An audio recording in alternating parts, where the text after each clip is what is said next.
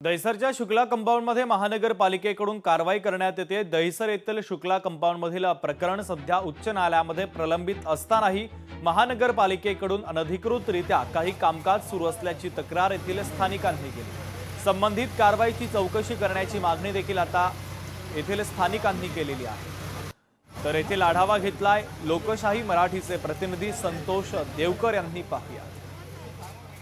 आपण सध्या दहिसर येथील शुक्ला कंपाऊंड येथे आहोत। तिथे माझे पाहू शकता की आपण महानगरपालिकेकडून या भागात कारवाई करण्यात येत आहे। आपण पाहिलं तर मागील काही महिन्यांपासून हा जो परिसर आहे चर्चेत आहे। या परिसरामध्ये वारंवार कारवाई होतानाची बातमी आपल्याला पाहायला मिळते। आपल्यासोबत स्थानिक नगरसेवक आहेत आपले संजय गाडे, आपण त्यांच्याशी बोलूया। तर काय म्हणाली कारवाई होत आहे, कसं वाटतं आपल्याला, म्हणजे काय पूर्ण प्रतिक्रिया आपली? दुर्दैवी घटना आहे।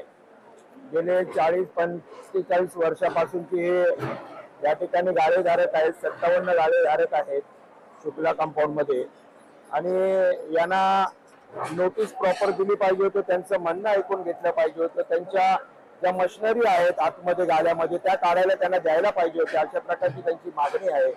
आणि याच्यामध्ये जो बिल्डर आहे त्यांनी मोठ्या प्रमाणावरती प्रेशर आणून ही कारवाई सुरू केलेली आहे। त्याचंच आश्चर्य वाटतंय की या सगळ्या लोकांनी हा भाग स्लम डिक्लेअर करावा यासाठी SRA कडे अर्ज केलेला आहे, कागदपत्र जोडलेली आहेत, आणि त्यांची कोर्टामध्ये देखील केस चालू आहे। 13 तारखेला हिअरिंग होती, 13 तारखेला कोर्टाने 20 तारीख दिली, आणि तोपर्यंत आपण कोणतीही तोडक कारवाई करू नका अशा प्रकारची आदेश कोर्टाने दिलेला असताना देखील ही कारवाई होते आहे, हे आश्चर्य या ठिकाणी वाटतंय। वीडियो जर्नलिस्ट मी संतोष देवकर, लोकशाही, मुंबई। मैं 35 साल से रह रहा हूँ। मेरा खुद का कारखाना है। मैं भी दूसरों को रोजगार देता हूँ। पहले हमारा रूम था, रूम बदल के हम लोग ने अपने धंधा के डाल के दिए कि हमको 2 पैसा रोजगार है। हमारे पिताजी ने जगह लिया था, पिताजी भी है नहीं, मेरे माता के नाम पे गाला है ये, और हम लोग यहाँ सबको रोजगार देते हैं। PM बोलते हैं कि सबको रोजगार दो, आगे बढ़ाओ, लोगों को सपोर्ट करते हैं। हमको जब बर्बाद करे सर, हमारी क्या गलती हमको वो समझ नहीं आ रहा है। कोई कानून मान लो बिल्डर आके फ्रॉड करके हमारे चीटिंग करके इसने अपना पूरा गेम किया है, उसके चक्कर हम लोग बच रहे सर। कहाँ जाए हमको समझ नहीं आ रहा है। कोर्ट मध्ये मामला आहे, पण आता BMC ला कसली खाव वाटली माहित नाही।